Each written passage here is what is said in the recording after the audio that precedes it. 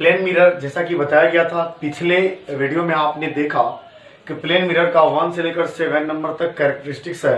अब 8वां number characteristics plane mirror में पढ़ेंगे। अब देखिए प्लेन मिरर में पढ़ेंगे, ये प्लेन मिरर है, एक लाइट रे इंसिडेंट कराते हैं, एक लाइट रे इंसिडेंट कराते हैं और आप जानते हैं ये इंसिडेंट लाइट हुआ, इंसिडेंट लाइट या इंसिडेंट रे, इसके डायरेक्शन को फिक्स रखा गया। अर्थात यहां पर एक लाइट सोर्स ऐसा है जो अपनी जगह पर फिक्स है, ये इधर उधर पोजीशन चेंज नहीं करेगा। तो जिस पॉइंट पर ये इंसिडेंट हुआ वो पॉइंट ऑफ इंसिडेंस है, और पॉइंट ऑफ इंसिडेंस पर यदि हम परपेंडिकुलर ड्रॉ करें ये कहलाएगा क्या? नॉर्मल। ये बिल्कुल नॉर्मल कहलाएगा, जिसका नाम आप यहां पर एन डाल सकते हैं, नॉर्मल है। और फिर अब रिफ्लेक्ट होगा तो इक्वल एंगल बनाते हुए, लॉज ऑफ रिफ्लेक्शन को फॉलो करते हुए इक्वल एंगल बनाते हुए क्या हो जाएगा? रिफ्लेक्ट हो जाएगा। ये आपका क्या है? Reflected ray, reflected ray. अब हम लोग करते क्या है कि प्लेन मिरर को रोटेट कराते हैं। प्लेन मिरर को रोटेट का मतलब इस पॉइंट को फिक्स मानते हुए ऐसे रोटेट कराएंगे, कुछ इस तरह रोटेट कराएंगे। तो प्लेन मिरर को जैसे ही रोटेट कराया गया, तो अब बताइए क्या होने वाला है? प्लेन मिरर को रोटेट कराया गया विथ एन एंगल या बाय एन एंगल थीटा से, कुछ एंगल से 30, 60 जो भी मानना है, थीटा से क्या किया गया? रोटेट कराया गया। जब रोटेट कराया गया, और दूसरी बात, ये तो आपका इंसिडेंट रे फिक्स है, रिफ्लेक्टेड रे भी रोटेट होगा। जैसा कि हम लोग बचपन में हाथ में अगर घड़ी पहना हुआ है तो क्या करते हैं, धूप इस पर आ रहा है, इस तरीके से रोटेट कराते हैं। सनलाइट आपके वॉच पर, आपके घड़ी पर फिक्स होता है, लेकिन जैसे आप मिरर को रोटेट कराते हैं तो रिफ्लेक्टेड रे भी रोटेट होता है।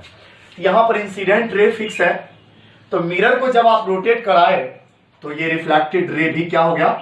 रोटेट हो गया। ये अब रिफ्लेक्टेड रे का न्यू पोजीशन आफ्टर रोटेशन, यानी ये रिफ्लेक्टेड रे का ये न्यू पोजीशन है। तो रिफ्लेक्टेड रे भी रोटेट हो गया। ऐसा थ्योरी कहता है अगर आप प्लेन मिरर को थीटा से रोटेट कराते हैं तो रिफ्लेक्टेड रे 2 थीटा से रोटेट कर जाती है, 2 गुने एंगल से वो रोटेट कर जाती है। हाँ, ये रोटेशन उसी डायरेक्शन में होगा, ये रोटेशन उसी डायरेक्शन में होगा जिस डायरेक्शन में प्लेन को आपने रोटेट किया है। यानी ऊपर लिखा हुआ है when the direction of incident ray fixed, यदि इंसिडेंट रे का डायरेक्शन फिक्स हो, इसके डायरेक्शन को फिक्स रखा गया, and plane mirror is rotated by an angle theta, then reflected ray will also rotate by an angle 2 theta, 2 गुने के कौन से? In the direction of rotation of mirror, mirror के रोटेशन के डायरेक्शन में वो 2 गुने एंगल से रोटेट कर जाती है। ये भी आपस में आगे घूम जाती है। इसका वेरिफिकेशन, इसका प्रूफ हम आपको दे सकते हैं। प्रूफ कुछ इस तरीके से दे सकते हैं। प्रूफ को देखने के लिए थोड़ा कंसंट्रेशन चाहिए, ध्यान से देखेंगे आप लोग तब जाकर समझ आएगा, क्योंकि बहुत ज्यादा कॉम्प्लेक्स डायग्राम बनने वाला है। एक प्लेन मिरर है, आप सोचिए ये एक प्लेन मिरर है और प्लेन मिरर पर कोई लाइट रे इंसिडेंट कराया गया। वेरिफिकेशन देखिए, ये उसका हम प्रूफ दे रहे हैं कैसे 2 गुना हुआ। एक लाइट रे इंसिडेंट होता है कुछ इस तरह, और जिस पॉइंट पर इंसिडेंट हुआ वो पॉइंट ऑफ इंसिडेंस है। अब क्या किया गया, पॉइंट ऑफ इंसिडेंस पर एक नॉर्मल भी ड्रॉ कर देते हैं। लीजिए ये डॉटेड लाइन है, चूंकि ये हाइपोथेटिकल लाइन है इसलिए इसको डॉटेड लाइन से दिखाया गया। ये नॉर्मल है, यहां पर नॉर्मल को हम n1 मानते हैं फिलहाल। उसके बाद n1 या n' जो भी मानना है, n1 जब आपने इंसिडेंट कराया, ये लाइट रे तो रिफ्लेक्ट भी करता होगा, बिल्कुल रिफ्लेक्ट हो चुका है। अब क्या करना है कि ये आपका इंसिडेंट रे, देखिए यहां पर इंसिडेंट रे, और ध्यान रहे इंसिडेंट रे का डायरेक्शन क्या किया गया था? फिक्स किया गया था। उसके बाद अगर देखा जाए जो आई और आर का फॉर्मेशन होता है, this angle is I according to laws of reflection. अगर ये आई है तो ये भी हो जाएगा आई, क्योंकि दोनों एंगल सेम होगा। आप कुछ भी सिंबल मान सकते हैं। ये आर है, लेकिन आई और आर इक्वल है, तो आर के बदले में भी आई हम लिख सकते हैं। यदि ये आई तो ये भी आई। अब क्या किया गया, दूसरा कहानी प्लेन मिरर को इस तरीके से रोटेट किया गया। रोटेट किया गया तो प्लेन मिरर को देखिए हम रोटेट कराते हैं, और प्लेन मिरर को रोटेट किया गया कुछ एंगल से। उस एंगल को आप कुछ मान सकते हैं। तो ये एंगल यहां पर दिखा रहे हैं आपको थीटा, इस एंगल को थीटा दिखाएगा। तो ठीक उसी तरीके से आप जानते हैं यदि हम प्लेन मिरर को रोटेट करें थीटा से तो नॉर्मल भी तो रोटेट होगा। देखिए कलर सेम रखते हैं थोड़ा सा ताकि आपको समझ आए।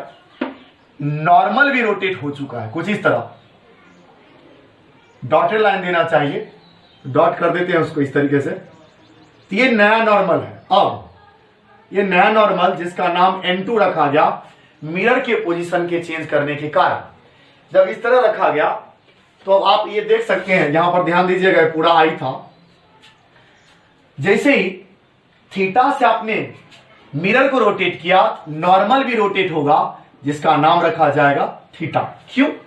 क्योंकि अगर ये मानकर चलिए हॉरिजॉन्टल लाइन इस पर नॉर्मल है यानी परपेंडिकुलर है, आप इस लाइन को इस तरह थीटा से मोड़ते हैं तो आपका नॉर्मल भी थीटा से झुक जाएगा। ठीक है, ठीक उसी तरीके से प्लेन मिरर को थीटा से रोटेट किया गया तो नॉर्मल भी थीटा से आगे रोटेट हो चुका है।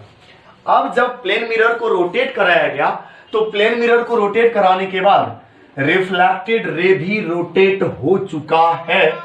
ये पहले वाला रिफ्लेक्टेड रे अब न्यू पोजीशन का ये है रिफ्लेक्टेड रे रोटेट कराने के बाद। रिफ्लेक्टेड रे ये न्यू पोजीशन वाला है। तो मानकर चलते हैं, हम नहीं जानते हैं कभी कितना से ये रोटेट करेगा, ऐसे तो 2 थीटा प्रूव कर रहा है, लेकिन इसको मान लिया जाए ये डेल्टा से रोटेट हुआ। जब रोटेट कराया गया था तब आप सोचिए ये पूरा एंगल, थोड़ा सा कलर चेंज करें और भी, जब रोटेट कराया गया मिरर को तो ये एंगल अब न्यू पोजीशन के लिए एंगल ऑफ इंसिडेंस होता है, जो कि आई और ये थीटा, तो टोटल हो गया आपका आई प्लस थीटा।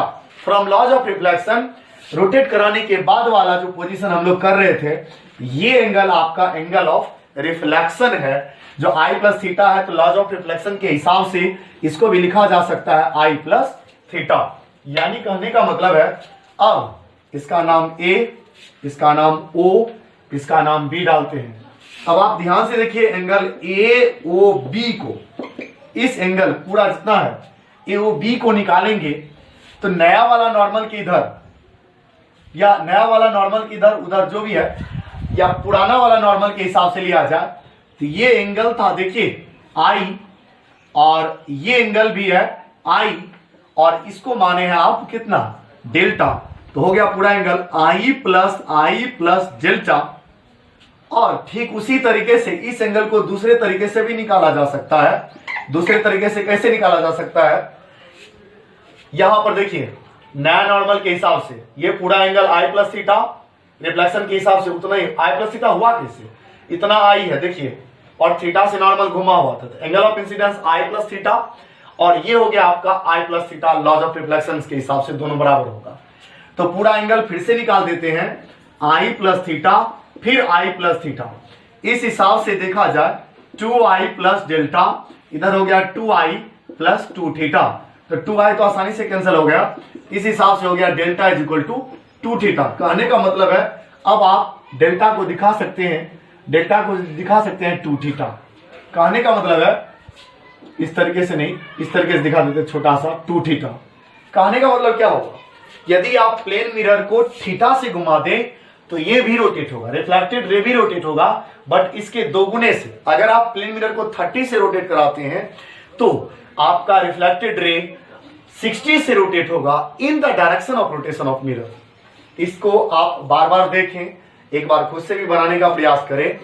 और ये सिर्फ एक ऐसा प्रॉपर्टी था जिसको हमको अलग से एक बनाना पड़ा, वीडियो बनाना पड़ा, और इसको अच्छे तरीके से समझेंगे। अगर फिर से नहीं समझ आया आप इस पर कोई कमेंट कर सकते हैं या पूछ सकते हैं दोबारा। फिलहाल के लिए नेक्स्ट प्रॉपर्टी जो पढ़ेंगे 8 के 9वां प्रॉपर्टी अगले वीडियो में। फिलहाल के लिए थैंक यू, धन्यवाद।